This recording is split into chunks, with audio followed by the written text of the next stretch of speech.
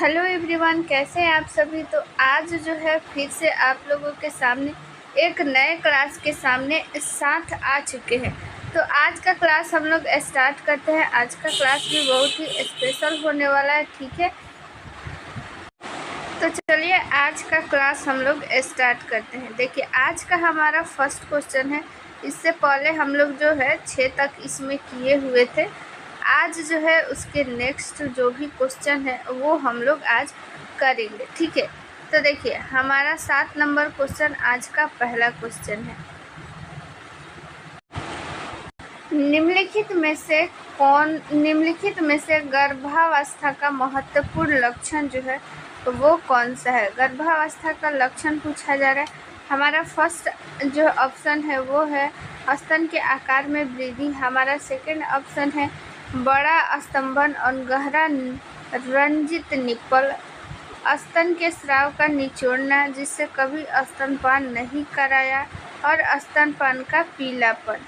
तो यहाँ पे हमारा जो है वो राइट आंसर हो जाएगा 7 का option number C right answer हो जाएगा, स्तन के स्राव का निचोड़ना, ठीक है। देखिए यहाँ पे जैसे गर्भावस्था प्रारंभ होता है तो आकार में वृद्धि होती है ब्रेस्ट के, आप सभी को पता है। और जो भी निप्पल है उसका रंग जो होता है वो क्या होते जाता है, गाढ़ा होते जाता है, और सेकेंडरी एरियोला भी बनना स्टार्ट हो जाता है, और स्तन का जो होता है वो रंग पीला होने लगता है, ठीक है। और ये हमारा ऑप्शन सी जो है वो बिल्कुल ही गलत है। चलिए हमारा क्वेश्चन है अगला 8 नंबर क्वेश्चन है। सबसे आम और आदर्श पेल्विक कौन सा है, ठीक है। जो लोग भी BTSC 10,799 में आप लोग क्लास किए होंगे तो आप सभी को पता होगा। इसको जो है बहुत डिटेल में बताया गया था फीमेल पेल्विक के बारे में, और इससे क्वेश्चन जो है फीमेल पेल्विक से क्वेश्चन पूछा गया था एग्ज़ाम में। जो लोग भी एग्ज़ाम दिए होंगे उनको पता है फीमेल पेल्विक से क्वेश्चन पूछा गया है। तो ये आप लोग फीमेल पेल्विक जो है अच्छा से पढ़ लीजिएगा। इसमें क्वेश्चन ये भी पूछा गया था कि फीमेल पेल्विक जो होती है वो कितने हड्डी से मिलकर बना होता है, कितने प्रकार के होते हैं, ठीक है। और ये सारा कुछ पूछा गया था जो कि आप लोगों को पढ़ाया गया था। अगर जो लोग PDF लिए होंगे उन लोगों को भी पता होगा, PDF में भी ये सारे क्वेश्चन थे, ठीक है। तो हम आप लोग को बता दें कि अगर हड्डी की बात करें यानी बोन की बात करें तो ये जो है 3 बोन से मिलकर बना रहता है।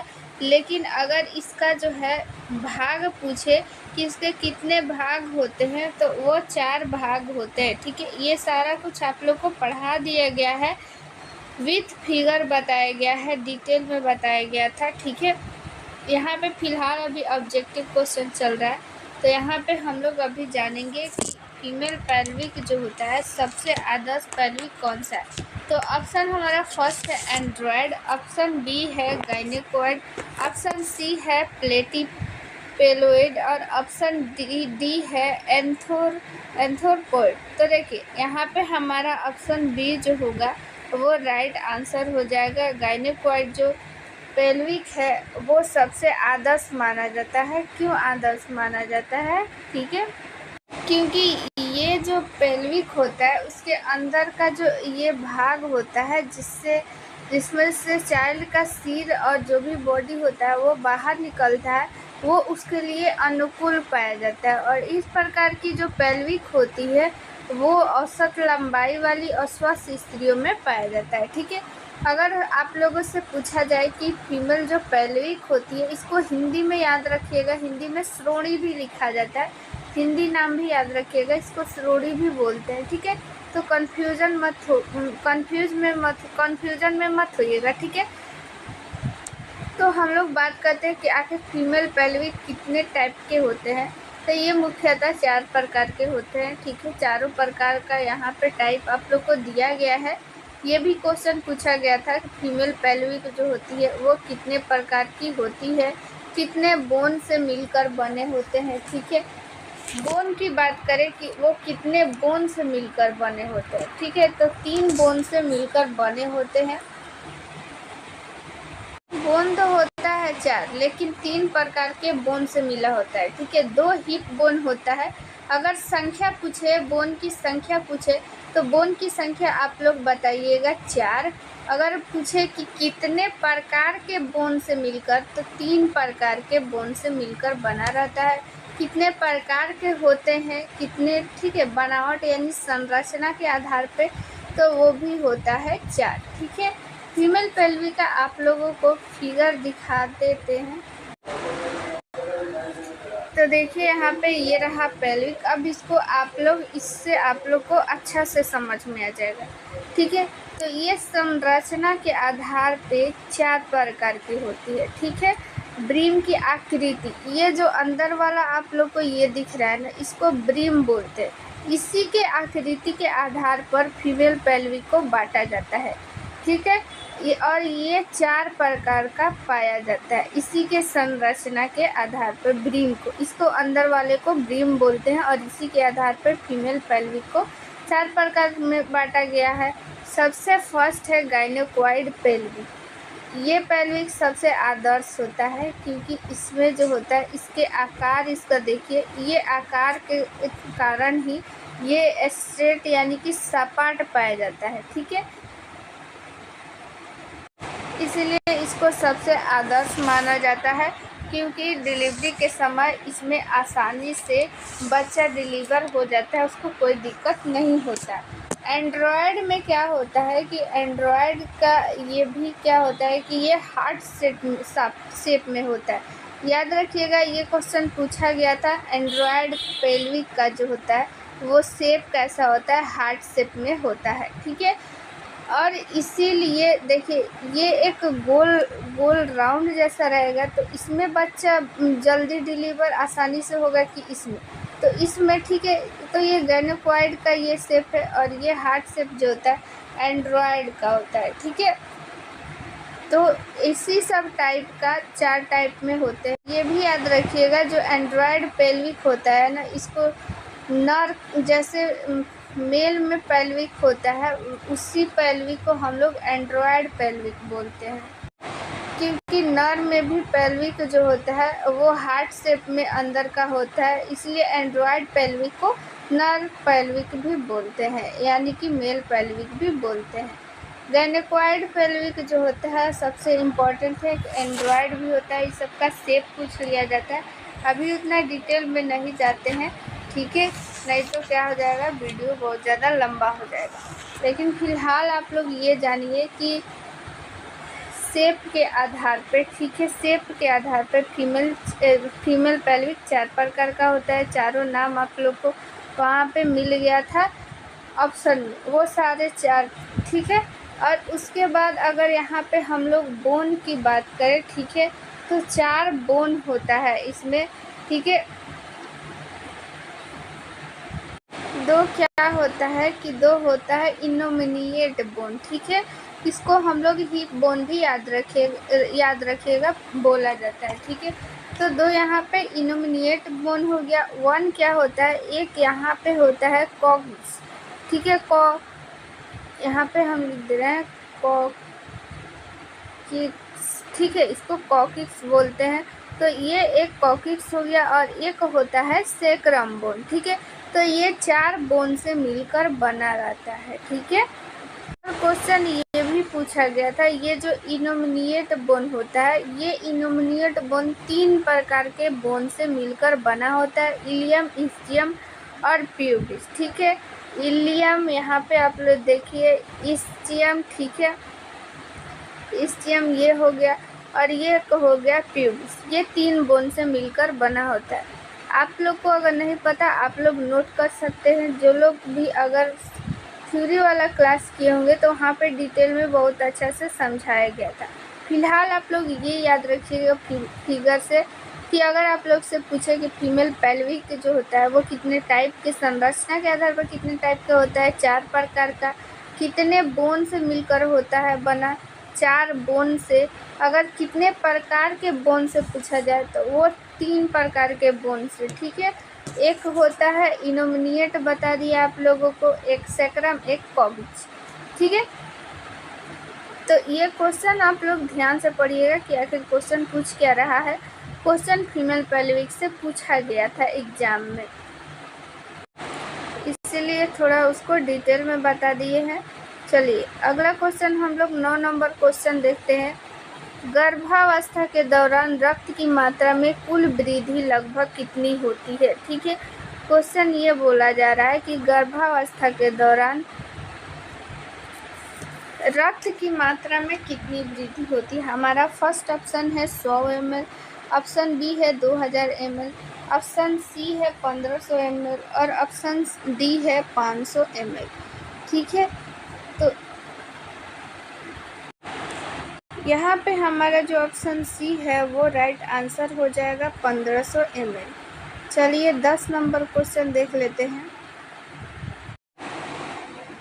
तो आप लोग चाहते हैं कि इस पीडीएफ को लिखना नहीं पड़े, ठीक है, लिखने से बचना है। और फिर जो भी आप लोगों के सामने जो भी एग्ज़ाम हुआ है, जैसे हाल ही में बीटीएससी 10,709 एनएम का एग्ज़ाम हुआ है, या फिर 8,853 का जो एग्ज़ाम हुआ था कंटेक्ट पे, या फिर 865 का एग्ज़ाम हुआ था, सारा का एग्ज़ाम का जितना भी क्वेश्चन आप लोग को एक साथ देखना है, ठीक है, उस क्वेश्चन को एनालिसिस करना है। तो आप लोग ये पीडीएफ ले लीजिए, ठीक है। इस पीडीएफ में मिलेगा आप लोग को 4000 प्लस क्वेश्चन और उसमें रहेगा प्रीवियस ईयर क्वेश्चन, यानी पिछला जितना भी एएनएम का एग्ज़ाम हुआ है सारा क्वेश्चन रहने वाला है। इसमें सारे शिफ्ट का क्वेश्चन रहने वाला है और प्लस जो भी इससे रिलेटेड वीवीआई क्वेश्चन बन सकता है वो सारा क्वेश्चन आप लोग के सामने इसमें रहेगा, जिससे आप लोग खुद भी एनालिसिस कर पाएंगे, खुद से भी समझ पाएंगे कि किस टाइप का क्वेश्चन जो है वो पूछा जा रहा है, किस टाइप का क्वेश्चन पूछा जा सकता है, ठीक है। जो भी इम्पोर्टेंट क्वेश्चन है सारा क्वेश्चन रहेगा। जो भी एएनएम में 6 सब्जेक्ट होता है, ठीक है। सेकेंड ईयर में जो होता है मिडवाइफरी और हेल्थ सेंटर मैनेजमेंट, और फर्स्ट ईयर में health promotion, child health nursing, community health nursing और प्राइमरी हेल्थ। ये सारा जो है आप लोग के सामने जितना भी क्वेश्चन है सारा कुछ रहने वाला है, ठीक है। और सारा इम्पोर्टेंट जितना भी क्वेश्चन है सारा रहेगा, आप लोग को लिखने की ज़रूरत नहीं है, सारा एक पीडीएफ में मिल जाएगा। इस पीडीएफ को अब आप लोग के मन में आ रहा होगा कि ये पीडीएफ कैसे ले। तो ये पीडीएफ लेने के लिए आप लोग के सामने एक व्हाट्सअप नंबर यहाँ पे दिख रहा है। ये व्हाट्सअप नंबर चंदन सर का है। ये व्हाट्सअप नंबर आप लोग जो है स्क्रीनशॉट ले लीजिए और अपने जो है मोबाइल में सेव कर लीजिए और फिर इस पर व्हाट्सअप कीजिए कि पीडीएफ चाहिए, तो आप लोगों को ये पीडीएफ व्हाट्सएप पे मिल जाएगा, ठीक है। बहुत ही इम्पॉर्टेंट ये पीडीएफ है। आप लोग के सामने जो भी एग्ज़ाम में वैकेंसी आने वाली है, जो भी वैकेंसी आने वाली है, ठीक है, वो वैकेंसी में इस पीडीएफ से आप लोग 100% श्योर रहिए कि इस पीडीएफ से ही क्वेश्चन आने वाला है, क्योंकि अभी तक जितना भी एग्ज़ाम हुआ है सारे एग्ज़ाम का इसमें रहने वाला है प्रीवियस ईयर क्वेश्चन, प्लस उससे रिलेटेड जितना भी इम्पोर्टेंट क्वेश्चन है सारा कुछ इंक्लूड किया गया है, ठीक है। और वो पीडीएफ जो है इसमें आप लोग को यूट्यूब पे पढ़ाया भी जाएगा और जो भी एक स्पेशल की पॉइंट है उसको आप लोग को मिलेगा एक व्हाट्सएप ग्रुप में। जैसे ही आप लोग ये पीडीएफ परचेज कीजिएगा आप लोगों को एक व्हाट्सएप ग्रुप में ऐड कर दिया जाएगा और उस जो ग्रुप है उस ग्रुप में आप लोगों को जो भी पीडीएफ लेंगे केवल वही रहेंगे और उस ग्रुप में आप लोगों को एक सीक्रेट जो है वो वीडियो भी शेयर किया जाएगा, जिससे आप लोगों को जो भी डाउट है वो क्लियर हो पाएगा, ठीक है। जो भी डाउट है वो आप लोग पूछ भी सकते हैं, क्लास का सारा अपडेट उसमें मिल जाएगा, ठीक है। जितनी भी परेशानी है आप लोग वहाँ से शेयर कर सकते हैं। ये व्हाट्सअप नंबर आप लोग जो है व्हाट्सअप नंबर सेव कर लीजिए, चंदन सर का है। तो आप लोग ये पीडीएफ ज़रूर लीजिए, ये व्हाट्सअप नंबर है, व्हाट्सअप नंबर पे तुरंत ही मैसेज कीजिए। चलिए अब हम लोग देखते हैं अगला क्वेश्चन। वह हार्मोन जो फॉलिकुलर स्टिमुलेटिंग हार्मोन की निरंतर गतिविधि के लिए आवश्यक होता है फॉलिकुलर स्टिमुलेटिंग हार्मोन को हम लोग बोलते हैं FSH भी बोलते हैं, ठीक है, याद रखिएगा। इसका फुल फॉर्म भी पूछा जाता है कि FSH का फुल फॉर्म, तो फॉलिकुलर स्टिमुलेटिंग हार्मोन, ठीक है। एग्जाम में क्वेश्चन इसी टाइप का लंबा लंबा क्वेश्चन पूछा जाता है, ठीक है। याद रखिएगा कि यहाँ पे क्वेश्चन क्या बोला जा रहा है कि फॉलिकुलर स्टिमुलेटिंग हार्मोन की जो गतिविधि होती है, यानी FSH को कंट्रोल कौन करता है, ठीक है, वो स्रावित कहाँ से होता है। तो ऑप्शन हमारा फर्स्ट है प्रोजेस्टेरोन हार्मोन, ऑप्शन बी है एस्ट्रोजन, ऑप्शन डी है थायरोक्सिन, और ऑप्शन यहाँ पे डी है, ये यहाँ पे सी हो जाएगा, ठीक है, LH का फुल फॉर्म होता है ल्यूटिनाइजिंग हार्मोन। इसका भी फुल फॉर्म याद रखिएगा। जो चीज़ आप लोग को नहीं पता आप लोग नोट करते जाइएगा, सारा बहुत ही इम्पोर्टेंट है, ठीक है। तो 10 का हमारा राइट आंसर हो जाएगा थायरोक्सिन, ठीक है। तो देखिए होता क्या है कि यहाँ पे ये हो गया गर्दन, ठीक है, और गर्दन के नीचे होता है क्या, थायराइड ग्लैंड, ठीक है। इसी थायराइड ग्लैंड से ये थायरोक्सिन हार्मोन जो होता है वो स्रावित होता है, ठीक है। और ये थायरोक्सिन हार्मोन FSH की गतिविधि के लिए आवश्यक होता है। तो FSH के बारे में हम लोग जान लेते हैं। तो FSH क्या होता है कि ये जो होता है मेल में टेस्टोस्टेरोन हार्मोन के साथ मिलकर स्पर्म प्रोडक्शन को बढ़ाता है, ठीक है। स्पर्म का जो उत्पादन होता है उसको बढ़ाता है। और क्या करता है, फीमेल में इसका क्या काम है, फीमेल में भी इसका रोल है, और वो रोल है एग का उत्पादन करना, ठीक है। ओवुलेशन में इसका बहुत बड़ा रोल होता है। ये कह सकते हैं कि मेंस्ट्रुअल साइकिल में FSH का बहुत बड़ा रोल होता है, ठीक है, याद रखिएगा। ये क्वेश्चन जो है बहुत ही इम्पोर्टेंट है। चलिए 11 नंबर क्वेश्चन देख लेते हैं कि गर्भाशय के दौरान हार्मोन उत्पादन के पावर हाउस के रूप में कार्य करने वाली संरचना है। गर्भाशय के दौरान हार्मोन उत्पादन के पावर हाउस का मतलब क्या है कि जहाँ से गर्भावस्था के दौरान अधिकतर जो होता है कि वहाँ से हार्मोन स्रावित होता है, निकलता है या फिर स्रावित होता है, बोलिए, ठीक है। अधिकतर हार्मोन वहीं से स्रावित होता है। इतना हिंट दे दिए। चलिए अगला हम लोग ऑप्शन पढ़ते हैं। कार्पस ल्यूटियम, बी है नाल, सी है गर्भाशय और डी है स्तन। तो यहाँ पे हम लोग का राइट आंसर हो जाएगा नाल। नाल यानी कि एम्बिलिकल कॉर्ड जिसको बोलते हैं, जिससे क्या होता है बेबी जुड़ा रहता है।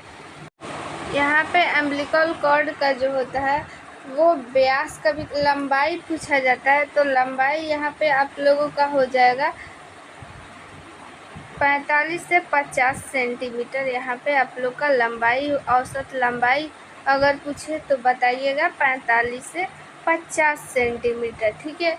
इसमें एक और क्वेश्चन फेमस है कि एम्बिलिकल कॉर्ड में जो होता है कितने आर्टरी और कितने वेन होते हैं, यानी कितना सीरा और कितना धमनी होता है।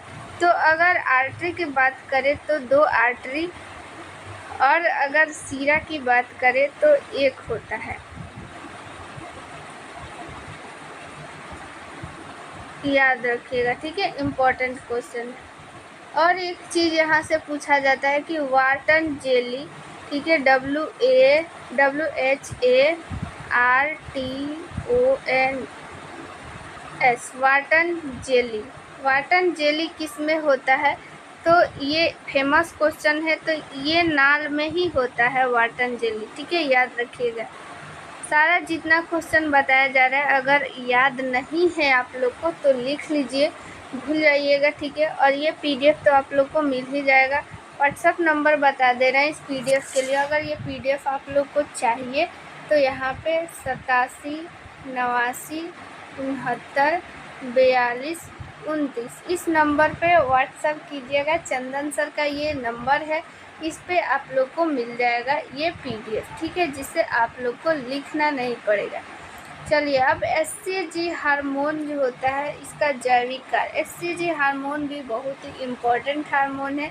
इसका कार्य हम लोग जानते हैं कि आखिर इसका जैविक कार्य क्या है, यानी मुख्य कार्य क्या है। हमारा ऑप्शन फर्स्ट है गर्भाशय के छठे सप्ताह तक कार्पस ल्यूटियम का रख रखाव। ऑप्शन बी है मातृ थायराइड ग्रंथि को उत्तेजित करता है। ऑप्शन सी है स्तन के आकार में वृद्धि। ऑप्शन डी है योनि की अति वृद्धि।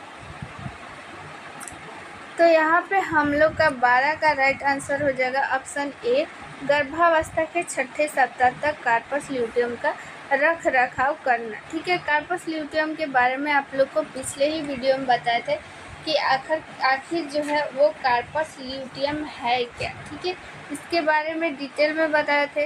एचसीजी का फुल फॉर्म होता है ह्यूमन कोरियोनिक गोनोडोट्रोपिक हार्मोन। ठीक है, इसका फुल फॉर्म भी याद रखिएगा, ह्यूमन कोरियोनिक गोनोडोट्रोपिक हार्मोन। ठीक है, इस एचसीजी हार्मोन के कारण ही पता चलता है कि वो स्त्री गर्भवती है या नहीं। जैसे हम लोग किट के माध्यम से क्या करते हैं कि प्रेगनेंसी टेस्ट करते हैं। ठीक है, तो आखिर कैसे पता चलता है कि वो प्रेग्नेंट है, आखिर 2 लाइन क्यों बन जाता है, तो वो एचसीजी हार्मोन के उपस्थिति के कारण ही वो हम लोग पता कर पाते हैं कि वो लेडी प्रेग्नेंट है या नहीं।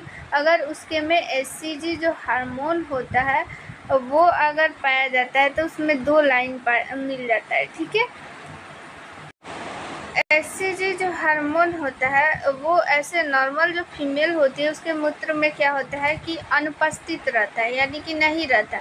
लेकिन जैसे ही वो गर्भवती होती है कार्पस ल्यूटियम का निर्माण होने लगता है। ठीक है, कार्पस ल्यूटियम का निर्माण होता है, उसके बाद से क्या होता है कि प्लेसेंटा का निर्माण होने लगता है। तो उससे क्या हार्मोन एचसीजी हार्मोन निकलने लगता है और वही हार्मोन जो होता है मूत्र में उसके पाया जाता है। तो उसी से हम लोग पता करते हैं कि वो लेडी प्रेग्नेंट है या नहीं। ठीक है, एचसीजी हार्मोन वो सब में होता है लेकिन मूत्र में नहीं होता है। जो लेडी प्रेग्नेंट होती है उसी के मूत्र में एचसीजी हार्मोन पाया जाता है। इसी कारण हम लोग जो होता है यूरिन जब टेस्ट करते हैं किट के माध्यम से, तो वो किट क्या बताता है, एचसीजी हार्मोन की उपस्थिति ही बताता है, जिससे हम लोग जान पाते हैं कि वो लेडी प्रेग्नेंट है या नहीं। ठीक है, कार्पस ल्यूटियम के बारे में पिछले वीडियो में आप लोग को वहाँ पे डिटेल में बताया गया था, इसलिए यहाँ पे टाइम वेस्ट नहीं करते हैं और अगला क्वेश्चन हम लोग देख लेते हैं। ठीक है, देखिए यहाँ पे 13 नंबर आ गया ह्यूमन कोरियोनिक गोनोडोट्रोपिन हार्मोन। यहाँ पे HCG यहाँ पे आ गया। इसका देखिए फुल फॉर्म आप लोग देखिए, आप लोग को मिल गया ह्यूमन कोरियोनिक गोनोडोट्रोपिन हार्मोन। इसका कार्य पूछा जा रहा है।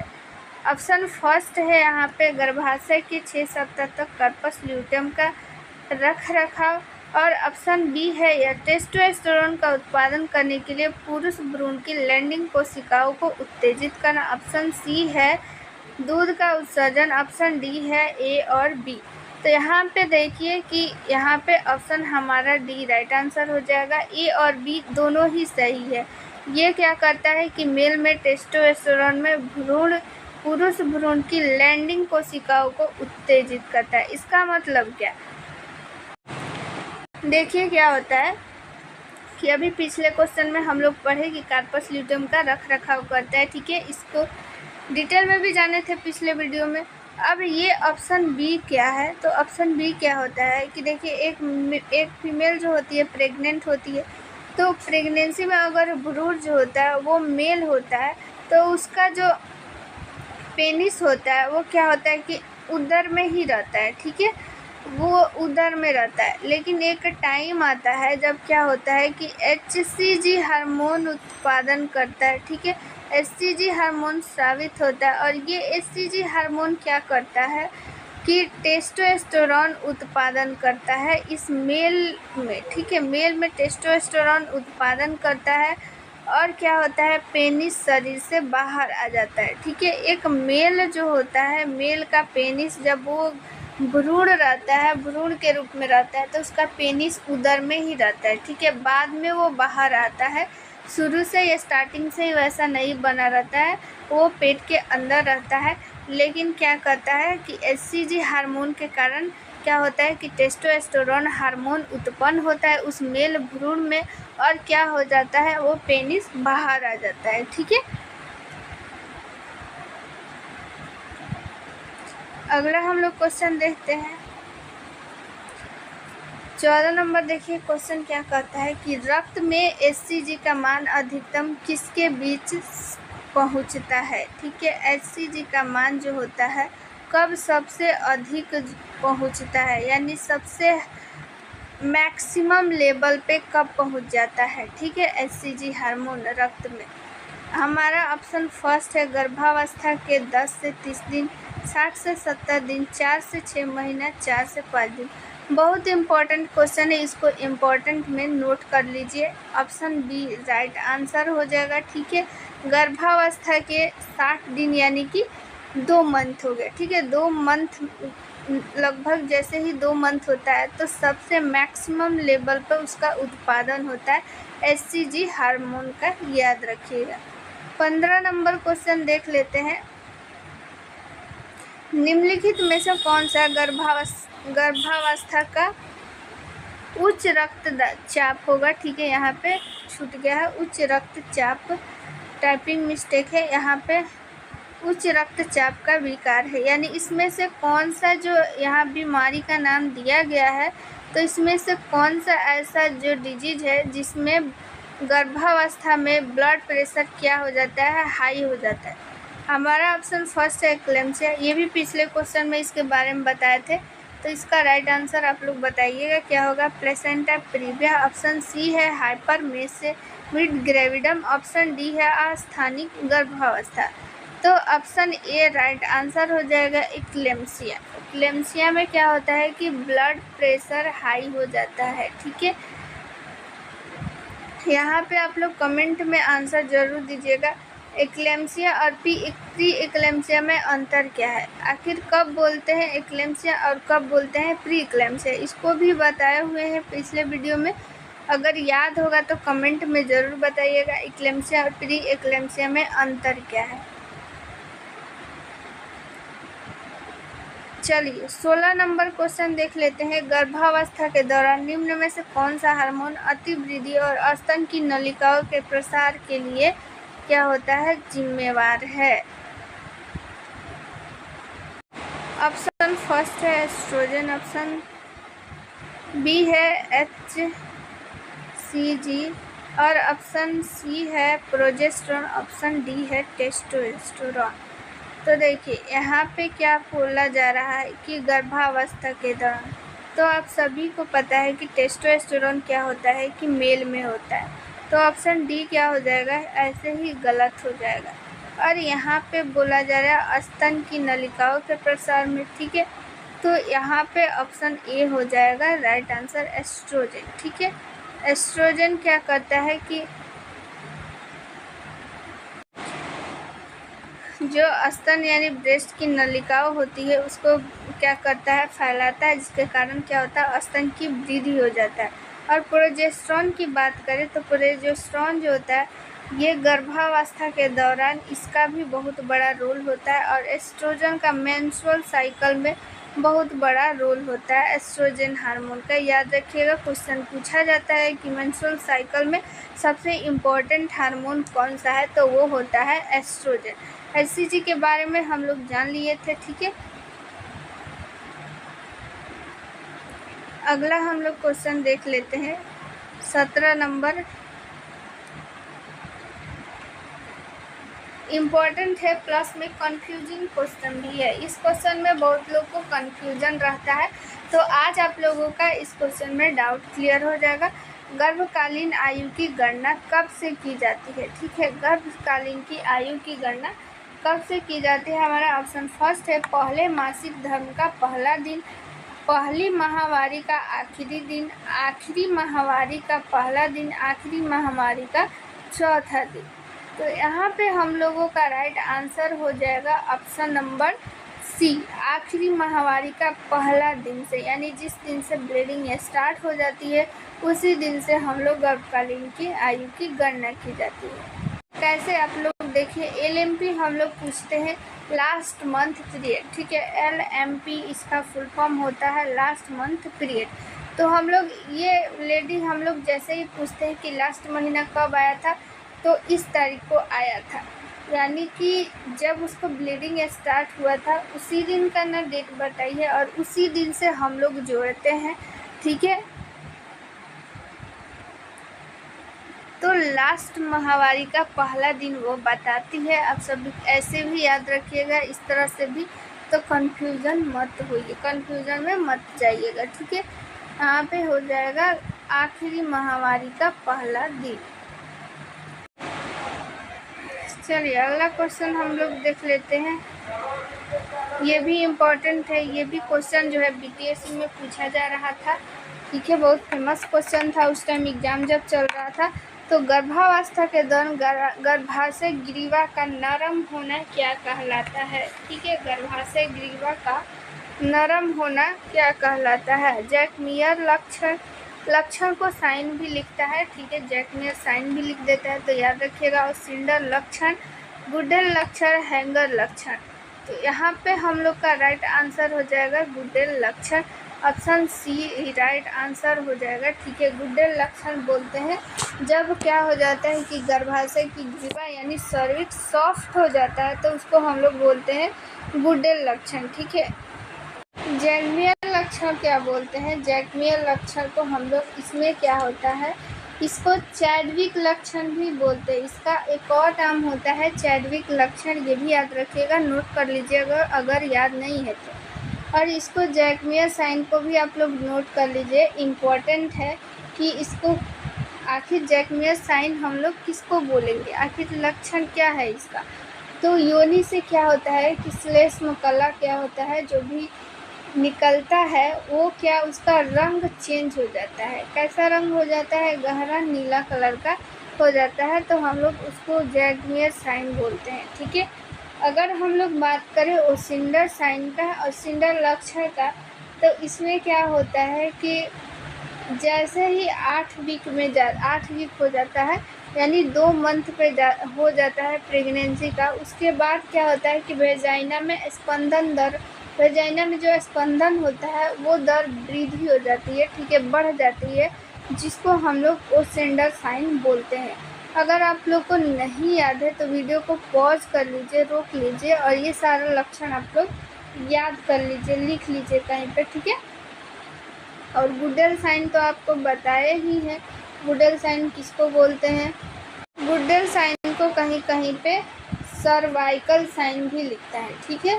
सर्वाइकल साइन भी लिखता है, तो इसका दूसरा नाम भी आप लोग याद कर लीजिएगा। हैगर साइन किसे बोलते हैं। इसमें क्या होता है कि गर्भाशय का ऊपरी भाग जो होता है निचले भाग की आकार में क्या हो जाता है, बड़ा हो जाता है। ये गर्भाशय हो गया, तो गर्भाशय का ये आधा भाग जो होता है बड़ा हो जाता है, निचले की तुलना में ऊपर वाला क्या हो जाता है, बड़ा हो जाता है, जिसको हम लोग बोलते हैं हैगर साइन। क्योंकि भ्रूण का विकास होता है, जैसे जैसे भ्रूण क्या होता है बड़ा होते जाता है, तो पहले वो ऊपरी भाग में ही रहता है, तो ऊपरी भाग में रहता है तो वो बड़ा होगा तो क्या हो जाएगा, जाहिर सी बात है गर्भाशय के ऊपरी भाग बड़ा होगा। बाद में नीचे में ना इंगेजमेंट होता है, फिक्स होता है, तो वो ऊपरी भाग में ही रहता है स्टार्टिंग में, तो वो बड़ा होगा तो क्या होगा, गर्भाशय का आकार भी बड़ा हो जाएगा और नीचे वाला क्या हो जाएगा, छोटा, और ऊपर वाला गर्भाशय क्या हो जाएगा, बड़ा हो जाएगा। तो इसी को हम लोग हैगर साइन भी बोलते हैं, यानी हैगर लक्षण। आप लोगों को अगर वीडियो अच्छी लग रही होगी तो ज़्यादा से ज़्यादा आप लोग शेयर कीजिएगा, ताकि और ज़्यादा से ज़्यादा आप लोगों के लिए अच्छी अच्छी वीडियो लाया जाए। तो आज के लिए इतना ही, और पीडीएफ के लिए आप लोग को पता है क्या करना है, ठीक है। मिलते हैं नेक्स्ट वीडियो में। थैंक यू, जय हिंद।